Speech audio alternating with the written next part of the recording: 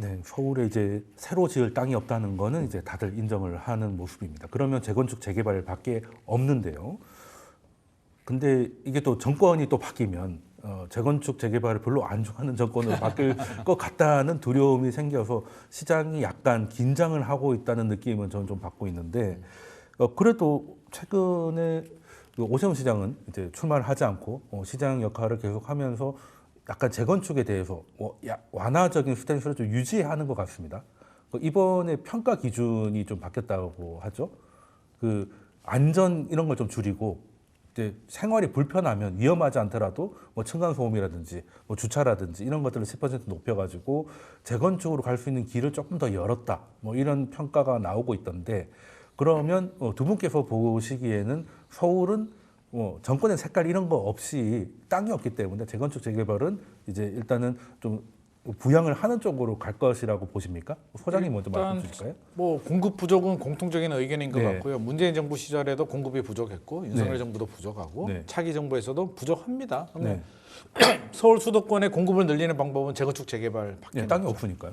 뭐 경기도야 뭐 신도시도 개발을 하고 하겠으나 서울은 땅이 없으니까 재건축 재개발인데 방식이 좀 달라질 수는 있을 것 같습니다. 윤석열 정부 때 같으면 공공이 지원해주고 민간이 주도권을 가지고 네. 사업을 하는 방식이었다면 민주당이 만약에 정권을 잡는다면 문재인 정부 시절처럼 기억나시잖아요. 공공 재개발, 공공 주도. 뭔가 공공, LH나 SH가 주도권을 가지고 사업을 좀 이끌어가는 방식인데 그게 또 이게 한 뭐 몇 퍼센트, 10%에서 20% 정도는 그러니까 민간이 안 되는 영역이 있잖아요. 그렇죠. 다툼이 심하다든지 사업성이 안 나온다라고 하면 그렇게 공공이 개입하는 거는 바람직한데 공공이 지나치게 주도권을 가지려고 하면 또 사업이 진행이 안 되잖아요. 그래서 그때 LH 비리 얘기 많았죠. 나 혼자 비리도 많이 산다, 나오고요. 뭐 공공 주도 개발하게 되면 결국에는 민간이 소유권을 공공한테 뭐 어떤 신탁이라든지 어떤 방식으로 넘겨야 되는데 서로 신뢰가 뒷받침이 되지 않은 상태에서 넘기기도 쉽지 않습니다. 그래서 실제로는 뭐 풀어준다라고 하는데 이게 저는 가장 걸림돌이 재건축 초과이익 환수. 네, 그러니까 요게 재건축 뭐 안전진단 같은 경우는 안전진단 기준 아까 말씀하셨잖아요. 뭐 구조 안정 점수, 뭐 주거 환경 점수를 올리고 구조 안정 점수를 좀 내린다라고 하는데 지금 일기 신도시 재건축 같은 경우는 뭐 안전진단, 우리 재건축 진단으로 이제 이름이 바뀌었는데 안 봅니다. 그래서 일기 신도시는 큰 의미가 없고요. 기존에 지금 다른 구역들, 시소통합 구역들도 어지간하면 다 해주거든요. 그래서 뭐 안전진단이 안 돼서 최근에 재건축이 안 된다라는 단지는 저는 못 본 것 같습니다. 박원순 전 서울시장 시절에는 이제 여러 가지 좀 타이트한 규제를 옛날에는 그래서 적용했는데 통과하면 뭐 현수막 걸고 지금은 뭐 그렇지가 않습니다. 그래서 안전진단이 문제가 아니라 초과이익 환수가 가장 딜레마거든요. 초과이익 환수라고 한다면 개발 이익에 대해서 예전에는 3천만 원 개정을 해서 8천만 원 넘어가게 되면 이제 그 개발 이익에 대해서 조합원 1인당 부과를 하는 세금인데 이게 굉장히 뜨거운 문제가 이제 두 가지 문제가 있습니다. 이게 미실현 이익에 대한 과세, 이중 과세 논란이 있는데 우리가 집을 살 때 취득세 한번 내죠. 1년에 재산세, 종부세 보유하고 있는 기간 동안 또 내고 좀 내죠. 팔 때 이제 양도 차익에 대해서 양도세를 냅니다. 그것까지는 컨센서스가 이루어져 있는데 개발 이익이 생겼다고 해서 내가 남는 돈이 없는데 갑자기 몇백만 원도 아니고 수천만 원에서 수억 원의 돈을 내라고 합니다. 그러면 아무리 강남에 아파트 하나 가지고 있어도 내가 팔지도 않았는데 갑자기 몇 억 되는 돈을 세금을 내려고 낸다? 쉽지 않습니다. 그래서 엄청난 조세 저항이 일어나게 되는데 결국에는 재초안 때문에 망설이는 단지들이 아마 많이 나올 겁니다. 윤석열 정부에서 재초안 폐지하려고 해다가 지금 못했고요. 차기 정부는 이제 공이 넘어갔는데 차기 정부에서 서울의 공급을 늘리는 의지를 보는 바로미터가 저는 재건축 초과이익 환수다. 이거를 다시 좀 더 완화를 해주거나 폐지를 해준다면 공급을 늘릴 의지가 있구나. 이거를 그대로 유지하거나 강화를 한다면 할 의지가 없구나로 판단을 하면 될 것 같습니다. 아마 지금 진행하는 단지들 같은 경우 초과이익 환수제가 지금 상태로 유지가 된다면 사실 강남이야 워낙 가격이 높고 더 올라갈 수 있으니 오케이 하겠으나 강남이 아닌 나머지 구역들 같은 경우 특히 뭐 상계동이나 이런 지역들은 사실 개발 이익이 나와도요. 사실 뭐 건축비 올라가고 초과이익 환수 내버리고 나면 남는 게 없기 때문에 실질적으로 올 수도 없다. 그렇게 바라본다면 초과이익 환수가 폐지를 하거나 추가적으로 더 완화를 해주지 않는다면 이게 발목을 잡을 가능성이 높을 것 같습니다. 이게 지난 미국 대선에서도 이 실현되지 않은 이익에 대한 과세 문제가 굉장히 많았었잖아요. 네. 그러니까 미국의 부자들이 주로 주식 부자니까 네네. 걔네들은 이제 주식을 안 팔고 대출을 받아서 그렇게 파는데 그걸 미리 나중에 팔 거니까 그걸 계산해서 20% 정도의 과세를 하려고 했다가 결국에는 이제 캘리포니아에서도 반대가 너무 심해가지고 예, 이거는 마이너리티 리포트도 아니고 미래에서 온 세금이잖아요. 그러니까 저는 그러니까요. 부과를 할 것 같으면 이거를 팔면 얼마 정도로 할 거야라고 하든지 아니면 떨어지면 환급을 해주든지 예, 나중에 그런 양도세에서 식으로 포함을 해줘야 되는데 해야 될 것 안 같은데 해주니까요. 나중에 이익은 알 수 없는데 세금은 지금 확정적으로 현재로 나오니까 이건 좀 말이 안 되는 것 같다는 생각이 있는데 말이 안 되는 것만큼 요걸 가지고 다음 정부의 의지를 확인하면 되겠다 이 말씀을 주셨고 자 그러면 그 대표님께서 보시기에는 이제 앞으로 정치는 뭐 어떻게 될지 모르겠습니다만 이 서울 재건축 재개발에 대해서는 거스를 수 없는 방향이 있다고 보십니까? 그렇죠. 재건축 재개발은 지금 뭐 입주 물량이라든지 서울의 주택 공급 그리고 어떤 주택의 노후화 이런 부분들을 고려를 해 본다라면은 당연히 좀 완화된 흐름으로 가는 게 좋겠다라는 말씀을 드릴 수 있을 것 같은데요. 그래서 지금 방향 자체는 알맞는 것 같아요. 뭐 예전에 그런 안전에 대한 비중보다는 사실 어떤 주택의 질적인 차이가 지금 뭐 주택 가격의 문제도 있겠지만 삶의 질하고도 연결이 되다 보니까 예전에 한 30년 전과 지금 급속도로 도시가 변화가 되고 어떤 시장 환경이 변화가 되는 그런 환경이거든요. 그렇다면은 30년이 넘은 그 상황 안에서 상당히 많은 변화가 있기 때문에 구조적인 부분보다는 삶의 질하고 연결되는 방향으로 가는 게 맞다라고 보여지고요.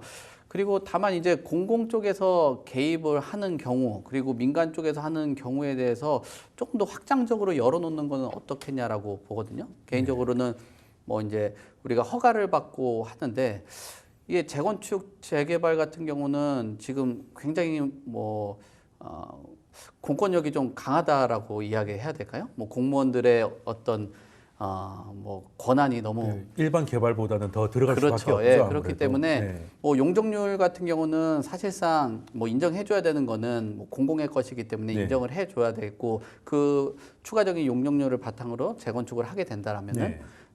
그 뭐 공무원들의 그 권한들이 충분히 있을 수 있는데 그 부분 외적으로도 약간 허가제뿐만 아니라 신고제 형태로 가는 것도 좋겠다라는 생각을 해요. 그러니까 우리는 용적률 말고 일반적으로 보면은 그 신고를 바탕으로 해서 뭐 개발을 한다든지 뭐 이런 쪽으로 가게 된다라면은 그 뭐 민간 쪽에서도 활발하게 하고 할 수 있는 그런 방향을 열 수 있겠다라고 보여지고요. 그리고 앞으로 주택에 대한 그 양적인 부분들도 중요하겠지만 질적인 부분에 대해서 고민을 해봐야 되는 거고 그리고 김유만 소장님 말씀하신 것처럼 재건축 부담금에 대한 기준 이런 네. 부분들이 개인적으로 희망하는 거는 폐지가 맞는데 뭐 글로벌 스탠다드로 봤을 때는 완전히 폐지하는 건 좀 어렵기 때문에 네. 좀 상향을 해주는 게 좀 중요하지 네. 않을까. 그렇게 상향을 해주지 않는다면 사실 일정 부분 초과 이익에 대해서도 좀 인정을 해줘야 되고 거기서 30년, 40년 동안 굉장히 어렵게 하셨던 분들에게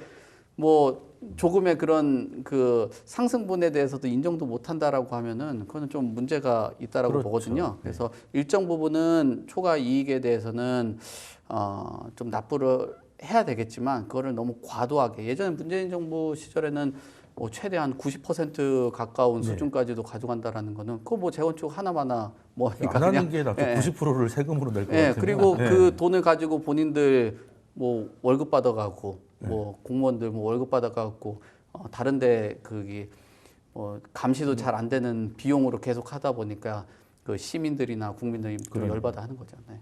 그러니까 이게 가장 기본적인 게 이게 국민의 재산권 문제인데 물론 국민의 재산권을 너무 그것만 강조하다 보면 뭐 공공의 역할이 부족해질 수도 있으니까 그 정도는 어느 정도는 그래서 그 제초안보다는 그 특정 물건을 갖고 있을 때 보유세를 조금 더 높인다든지 그렇게 하면 그런 식으로 좀 합의가 좀 나와주면 좀 좋을 것 같다는 생각이 좀 들긴 그렇죠. 하고요. 자, 그러면 어찌 됐든 서울은 이제 더 이상은 땅이 없기 때문에 재건축 재개발은 갈 수밖에 없을 것이라는 게 시장에 좀 컨센서스로 퍼지고 있는 것 같고 그 증거로서 최근 잠실 5단지가 그 가격 흐름이 그 증거인 것 같아요.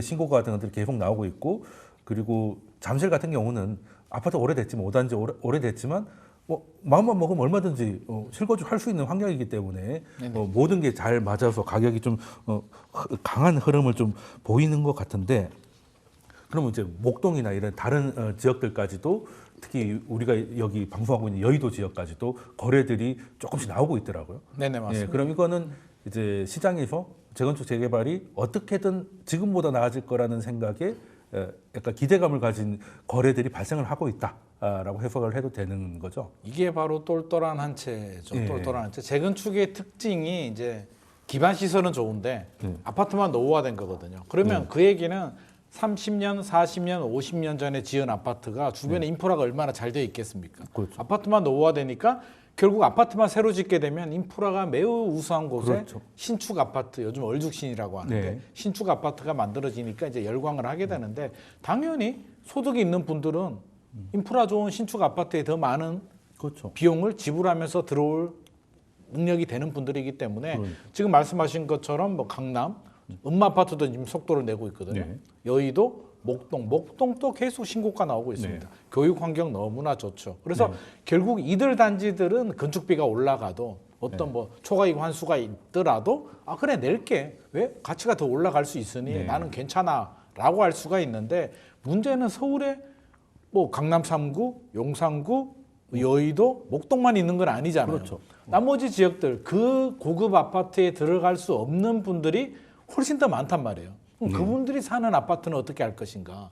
상계동이나 영등포나 중랑구나 은평구는 이 공급 부족 문제를 어떻게 하느냐? 그분들이 결국에는 떠밀려서 인천으로 가든지 경기도로 등 떠밀려서 갈 수밖에 없는 거죠. 그렇게 되는 거죠. 그러면 초과이익 환수 같은 경우도 저는 그래서 좀 다르게 좀 적용했으면 좋겠다. 그래서 강남 쪽이나 이런 쪽은 뭐 양도세 포함을 하든 어떻게 했으면 좋겠고 나머지 지역들에 대해서는 오히려 인센티브를 더 줘야 되는 거 아닌가. 그렇죠. 그래서 쉽게 하게 해서 공공임대도 좀 많이 만들고 조합원들이 부담을 적게 해서 재건축을 빨리빨리 하게 해준다면 안 그래도 서울 인구 얘기하는데 지방은 인구가 지금 계속 감소하고 있고 유출이 되고 있고 뭐 상권도 마찬가지고 굉장히 같은 우리 일부 주제가 이제 공실이었는데 지방은 뭐 수요가 줄어들어서 공실이 생긴다면 서울은 수요가 있는데도 불구하고 가격이 안 맞아서 지금 문제거든요. 그러니까 주거 시설도 재건축도 결국에는 될 곳들 똘똘한 한 채 지역으로만 지금 몰리고 있기 때문에 이걸 그냥 방치한다면 우리 서민들이 설 자리가 없어지는 거죠.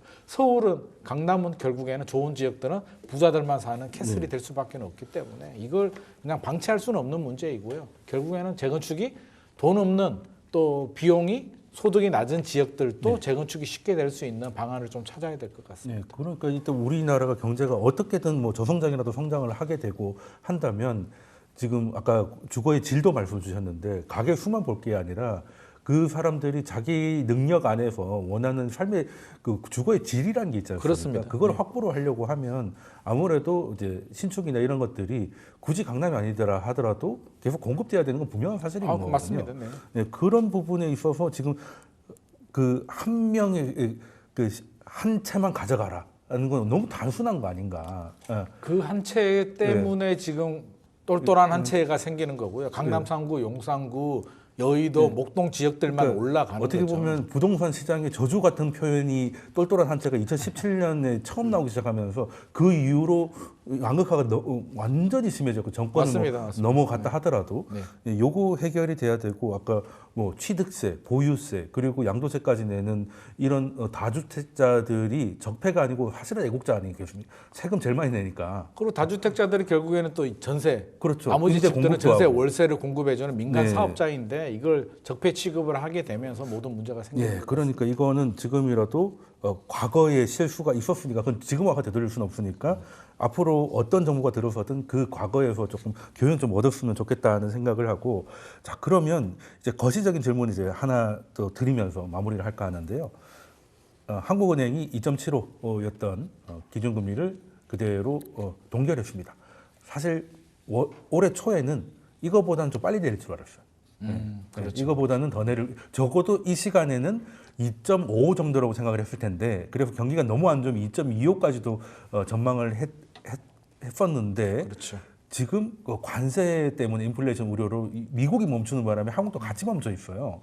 자, 그러면 뭐 관세 때문에 금리가 동결된 것까지는 오케이인데, 근데 그게 지금 인하를 기대하고 있었던 부동산 시장에는 좀 악재가 될 것 같은데, 예.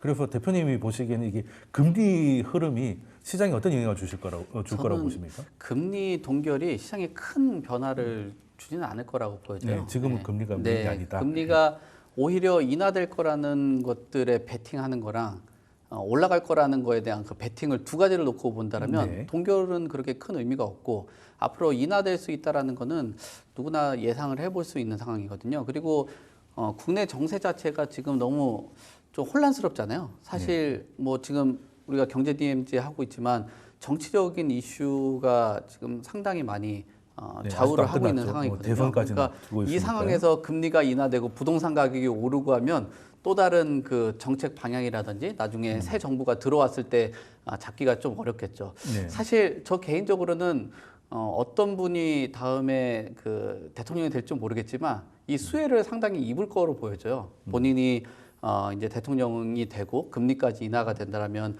어떤 경제 상황도 좋아지고, 그다음에 부동산 안에서 내수 경제도 좀 돌아갈 수 있는 그런 상황이기 때문에 대외적인 변수도 고려해 보겠지만 국내 정세도 좀 고려한 상황이라고 네. 보여지고요. 그리고 지금 저도 뭐 수요자들하고 상당히 스킨십을 하면서 느끼는 거는 지금 봤을 때는 이런 그 기준금리에 대한 그 생각들보다 지금 한 40일대 정도 남아있는 이 대선이 끝나고 네. 나면 선택을 하자, 의사결정을 하자는 네. 그런 심리들이 많기 때문에 지금 뭐 기준금리 동결이 큰 변수는 아니다. 그 이후에 완벽하게 어떤 그 정치적인 게 해소가 되고 금리가 인하가 된다라면은 뭐 투자도 확대되고 좀 부동산 시장에 긍정적으로 작용할 네. 것 같습니다. 예, 저만 해도 사실 지금은 정치가 금리보다는 앞서 있는 것 같은데, 뭐 소장님께서는 현장 자주 다니시니까 현장에서도 금리 얘기를 좀 합니까? 어떻습니까? 금리 얘기는? 금리가 중요한 거는 분명한 사실이잖아요. 예, 그렇죠. 굉장히 중요함에도 불구하고 지금은 정치가 더 중요한 네, 것 같습니다. 지금은, 예. 일단 저조차도 심리적으로 대선 끝나고 고민해. 대선 끝나고 대선 결과 보고 어떤 정책이 나오는지 보고 판단해도 늦지 않다라고 이제 생각을 하고 있고요.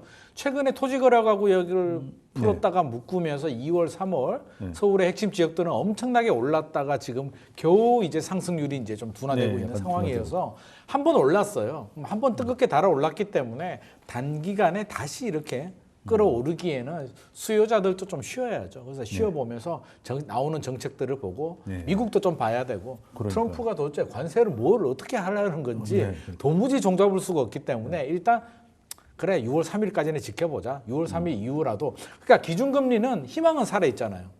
너무 내려가긴 할 거다. 내려가겠지. 4월에 안 내리면 5월에 내리고 5월에 안 내리면 하반기에 내리겠지라는 기대감이 살아있다면 저는 그거는 긍정의 요소다. 네. 기대가 사라지지 않았잖아요. 그렇죠. 올린다라는 시그널이 아니잖아요. 네. 내리긴 내린다라는 시그널을 계속 주고 있기 네. 때문에 긍정은 살아있는 거고요. 서울의 입주 물량은 또 여전히 부족한 상황이기 때문에 네.